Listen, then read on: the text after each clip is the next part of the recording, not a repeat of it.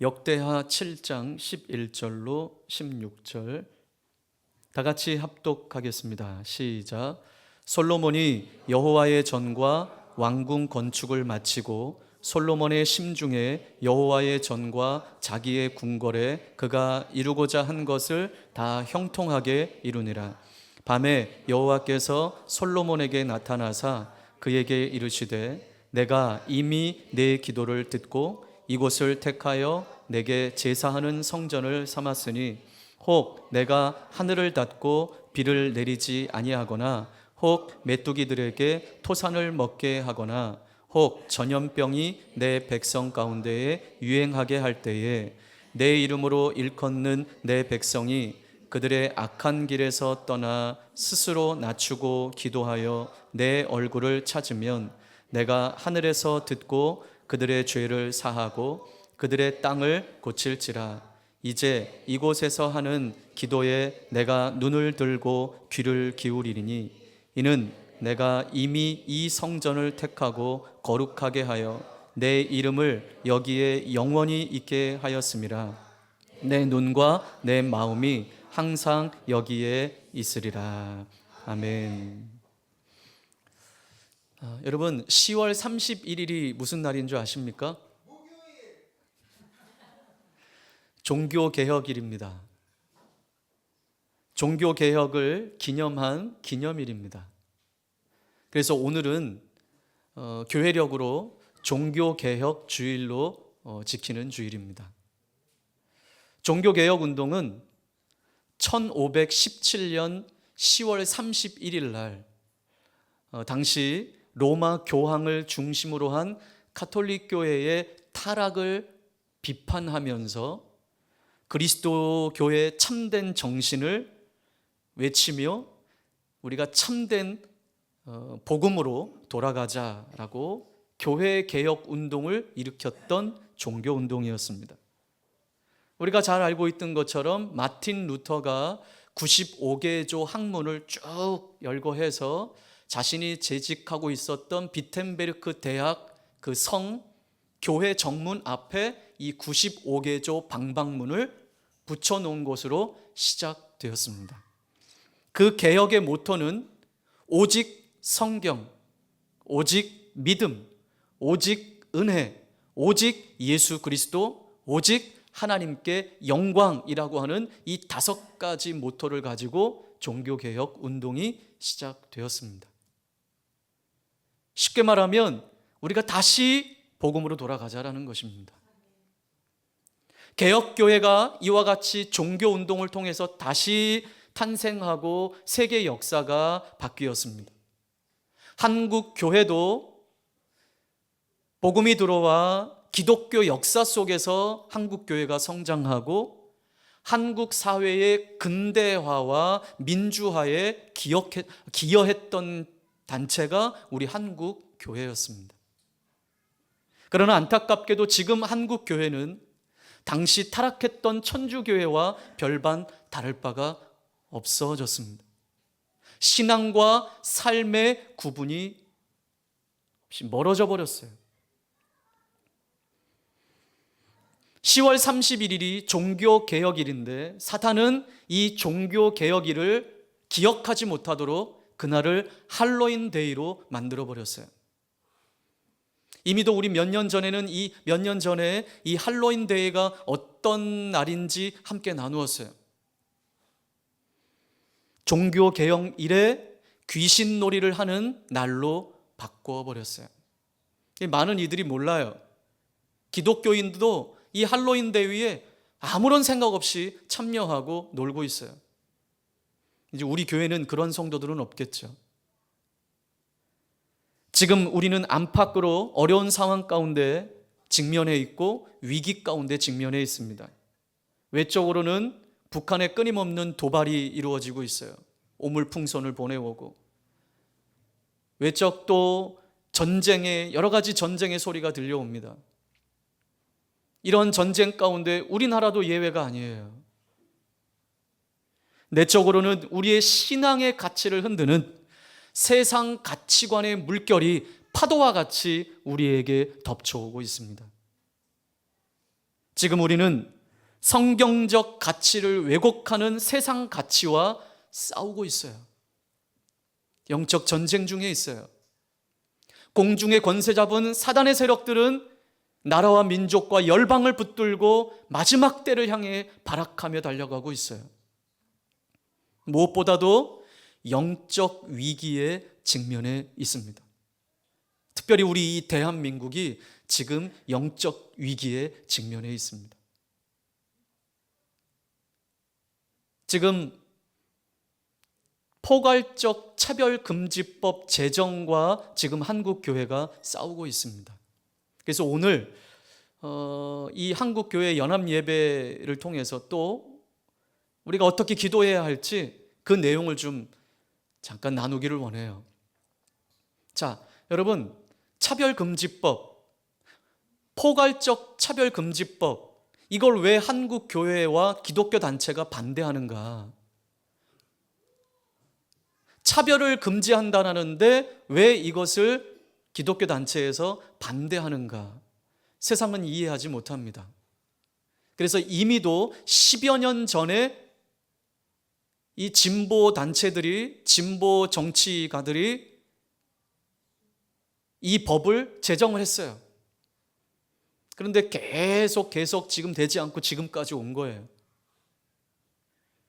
이 포괄적 차별금지법은 말 그대로 모든 사람을 보호하겠다라는 법이에요.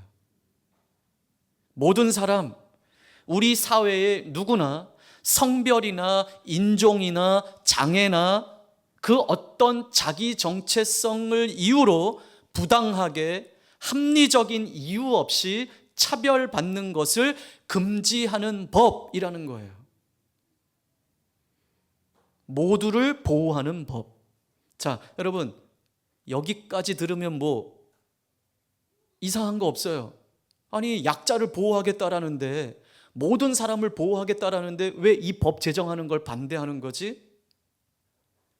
너무나 매혹적이고 반박의 여지가 없어요. 당연히 약자를 보호하자라는데 왜 반대를 하는가? 그러나 여러분, 너무나 그럴듯하고 반박의 여지가 없어 보이는 이 그럴듯한 포괄적 차별금지법, 아무도 모두를 차별할 수 없습니다 라고 하는 이 법, 하지만 인권이라는 이름으로 교모하게 포장된 이 법이 몰고 올 파장은 상상 이상이라는 것 우리가 알아야만 합니다. 우리가 반대하고자 하는 것은 바로 이 부분이에요. 여러분, 이미도 개별적 차별금지법이 우리나라에는 제정돼 있어요.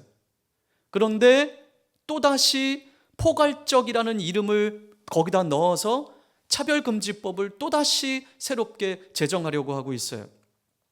고용, 특정인 영역, 성별, 장애, 이러한 모든 변에 걸쳐서 차별금지법이 제정되어 있어요. 장애인 차별금지법, 양성평등기본법, 여성을 보호하는 법들이 이미 우리나라에는 제정되어 있단 말이에요. 그런데 여기에 미처 담지 못하는 모든 영역의 차별까지 다 포함하겠다고 포괄적 차별금지법을 제정하겠다고 하는 거예요. 여러분, 잘 들으셔야 돼요. 이 이면에는 젠더 이데올로기가 있어요. 다시 말해서 성 이데올로기가 자리 잡고 있단 말이에요. 사실상 성 이데올로기를 실행하기 위한 목적으로 내재된 이것이 내재된 법안이 포괄적 차별금지법이에요. 젠더 이데올로기가 뭐냐? 성 이데올로기가 뭐냐? 생물학적 성이 아닌 사회, 문화, 심리적으로 형성되는 성적 정체성인 젠더를 인정하겠다라는 것이고, 자의적으로 성별을 선택할 수 있도록 이러한 권리를 주장하는 사상이 성 이데올로기예요. 젠더 이데올로기예요. 그럼 좀 더 쉽게 풀이해서 생물학적 성은 뭐냐? 다름이 아니에요. 태어나면서부터 정해진 성, 뭐가 있죠? 두 가지. 남성과 여성. 이 생물학적 성, 여러분, 하나님이 세상을 창조하실 때, 사람을 창조하실 때 분명히 성경은 남자와 여자로 창조하셨다고 선포하고 계세요. 이것이 생물학적 성이에요. 태어나면서부터 결정된 성, 남성과 여성. 그런데 이 생물학적 성은 이제 포괄적 차별금지법이 제정되면 혐오 표현이 된 것입니다. 그래서 이것을 대체하는 사회적 성별을 만들겠다라는 거예요. 잘 들으셔야 돼요. 왜 우리가 이것을 금지하고 기도해야 하는지. 자, 사회적 성별은 뭐냐? 자, 아까 생물학적 성별이 뭐라고 그랬죠? 태어나면서부터 결정되는 남성과 여성. 그런데 사회적 성별은 태어나면서부터 결정되는 이 생물학적 성별로 기준하는 것이 아니라, 구분하는 것이 아니라 내가 마음에 원하는 대로 성별을 구분하겠다라는 거예요. 내가 마음대로 이 성을 결정하겠다라는 거예요. 자, 마음에 따라 성별을 결정하니까 여러분, 그 성별이 수십 가지가 넘는데요. 그래서 여러분, 이 포괄적 차별금지법의 핵심이 뭐냐 하면 사회적 성을 법제화하겠다라는 거예요. 생물학적 성별이 해체되고 사회적 성별로 대체된다. 그런데 여기서 끝나지 않아요. 이것은 점점 진화하게 되어 있습니다. 이런 이야기예요. 남자가 어느 날 딱 일어났는데, 나 오늘 기분이 좀 별론데 오늘 난 여자 할래. 그럼 오늘 자기 여자 하는 거예요. 그래서 여자 화장실 들어가. 여자 목욕탕 가고.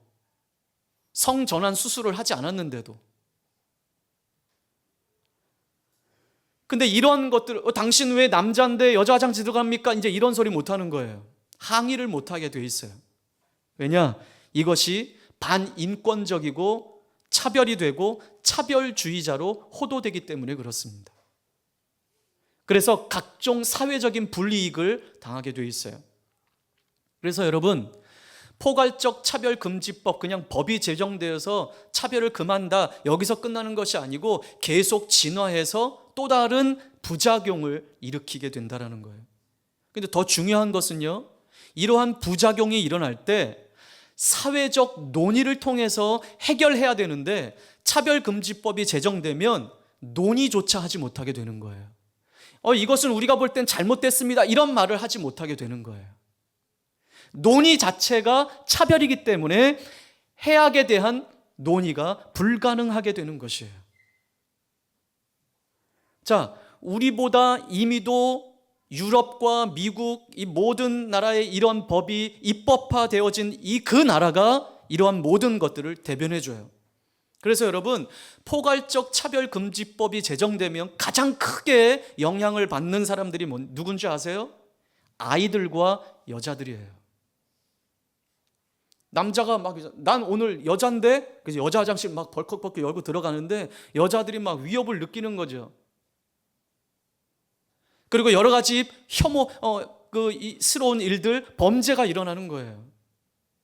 이 여자들과 아이들이 제일 피해를 입는 거죠. 그리고 이 학교에서, 초등학교 때도 어릴 때부터 이 사회적 성별을 이야기하는 거예요. 계속 주입을 하는 거예요. 동성애 할 때는 어떻게 성관계를 하고, 이러한 것을 학교에서 합법적으로 같이 가르쳐요. 그런데 이러한 것이 우리가 볼 땐 잘못됐다, 이런 말을 하지 못하게 되는 거예요. 자, 이 차별금지법이 이미도 시행됐던 국가들에서는 동성애와 성전환을 원하는 아이들이 폭증했다고 합니다. 영국에서는 44배나 증가했대요. 그래서 영국의 기독교인들이 우리나라 한국 교회를 향해서 막 외치는 거예요. 이거 막아야 된다. 우리는 모르고 통과시켰는데 한국 교회는 막아야 된다고 영국 교회 애들, 기독교인들이 그렇게 외치고 있어요. 여러분, 한번 통과하면 우리가 아무리 시위한다고 해도 돌이킬 수 없어요. 남자가 갑자기 여자라고 해요. 여자가 갑자기 남자라고 해요.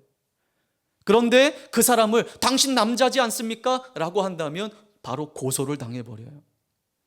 자, 예를 들어 봅시다. 미국 캘리포니아의 어떤 아이가 저는 남자가 되고 싶어요 하면 부모가 병원에 데려가서 성전환 수술을 시켜줘야 돼요. 안 하면 정부가 양육권을 박탈해버려요. 미국 아이다호에서는 동성 결혼을 주례해달라고 부탁을 받은 목사님이 동성 결혼 주례를 거절해버렸어요. 그랬더니 180일의 감옥형이 내려지고 매일 $100의 벌금을 동성 결혼을 주례해 줄 때까지 매일 납부하도록 하는 판결이 내려졌어요.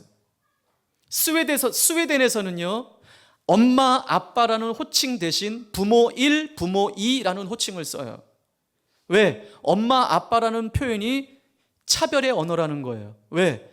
생물학적 성별을 따르지 않고 사회적 성별을 따르니까 엄마, 아빠가 정해져 있다면 남자, 여자가 정해져 있는 거 아니겠어요? 못 써요. 여러분, 우리 일례의 스포츠를 보면 알잖아요. 수영 선수가, 남자가 자기 여자라는 거예요. 그래서 남자 염색체를 가진 사람이 여자부에게서 수영 선수가 돼요.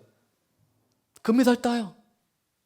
막 여기 막 이렇게 근육 막 이렇게 올라왔는데. 육상 선수도 마찬가지예요. 겉으로 볼 땐 남자야. 근데 자기 여자래.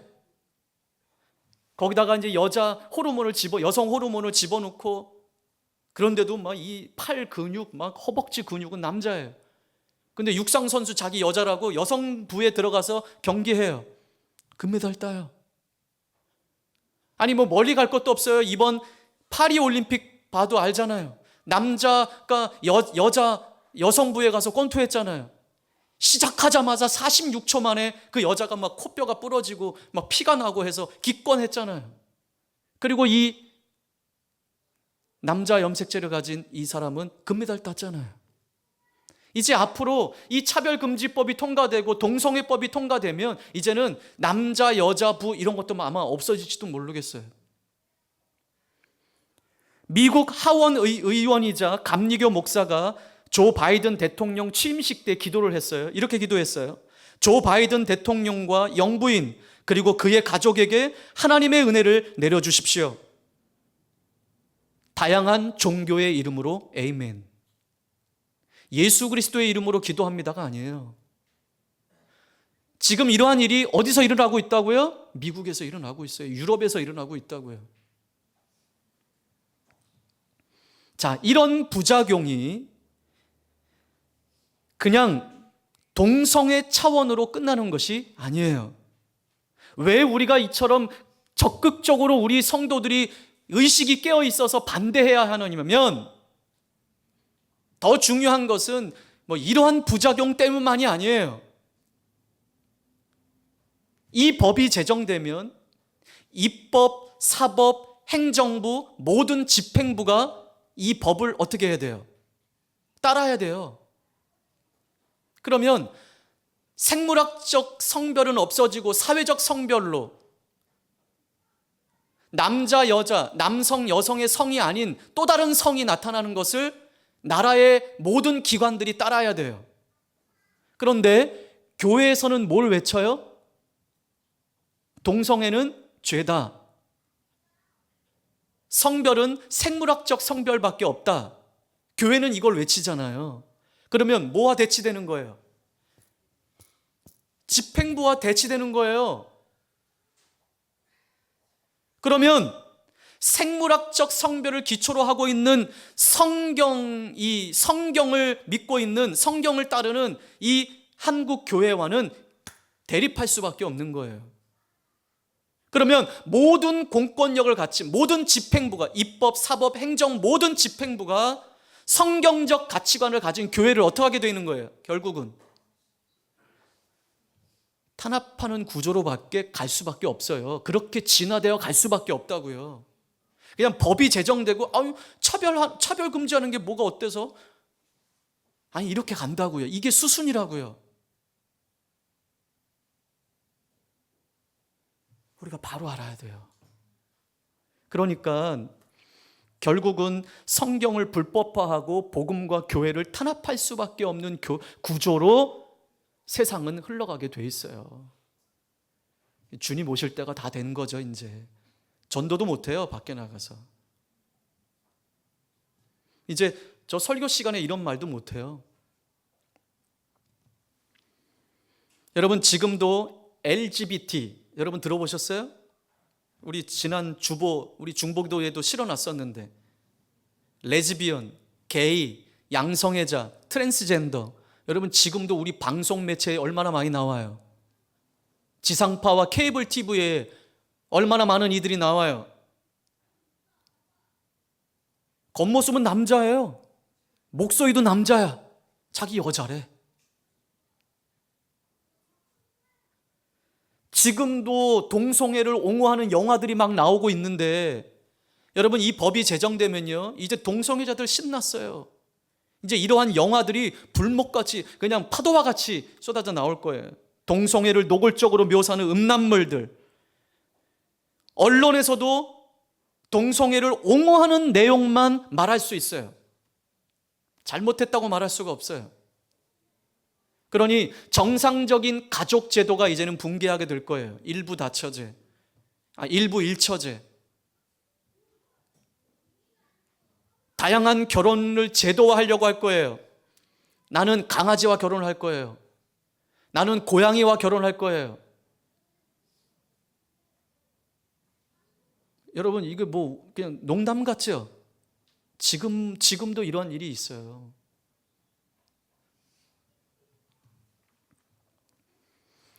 여러분 더 재미난 건 동성애가 이 동성애법, 포괄적 차별금지법이 이제 제정되면 동성애를 비도덕적으로 보는 모든 사람들은 반대로 역차별을 당하게 돼 있어요. 차별하지 말자고 차별금지법을 만드는데, 이런 것이 우리는 그것을 믿지 않습니다라고 말하는 사람들은 역차별을 당한다니까요. 그 결과를 초래해요. 대다수의 선량한 국민들이 인권이 탄압되는 일들을 경험하게 될 거예요. 여러분 우리 지난 금요일 날도 우리 이것을 이야기하고 같이 기도했어요. 인권위원장, 안창호 인권위원장, 이제 그 인권위원장 후보자로 청문회를 하는데, 이 더불어민주당 이 정치인들 나와가지고 뭐 해요? 막 뭐라고 반박하잖아요. 나는 창조론을 믿는다라고 하는 그 안창호 인권위원장 후보자를 향해서 막 날선 비난을 하잖아요. 그러면 안 되잖아요. 차별받지 말아야죠, 모든 국민이. 그런데 왜 차별해요? 그러니까 이게 다 사단이 행하는 일들이에요. 이걸 몰라요. 여러분 이 코로나 정부 때 완전히 기독교를 말살할 정책들을 행했던, 교회의 문을 닫고 예배하지 못하게 하는 것들, 그냥 겉으로 드러난 편견이 아니에요.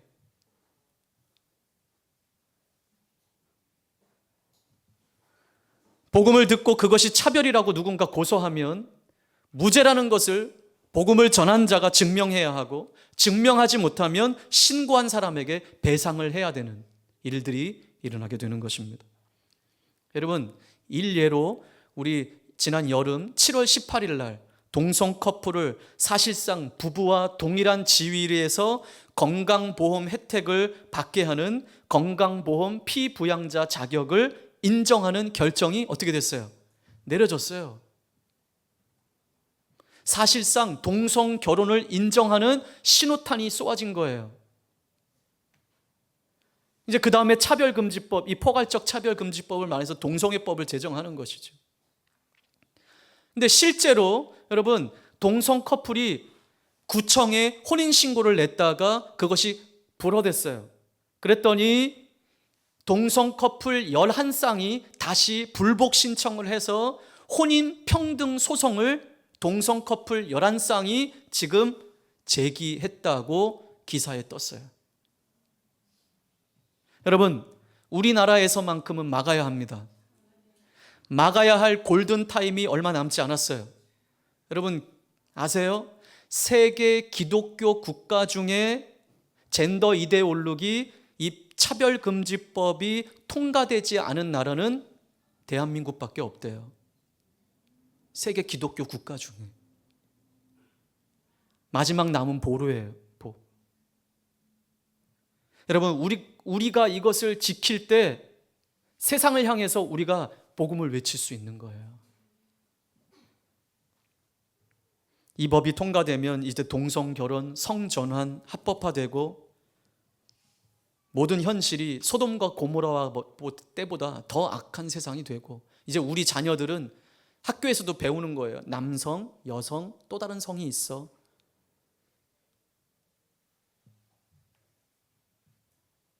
지금 보수냐 진보냐를 따질 때가 아닙니다. 하나님 편에 서야 합니다. 신앙개혁 운동의 핵심은 하나님께로 돌아가는 것입니다.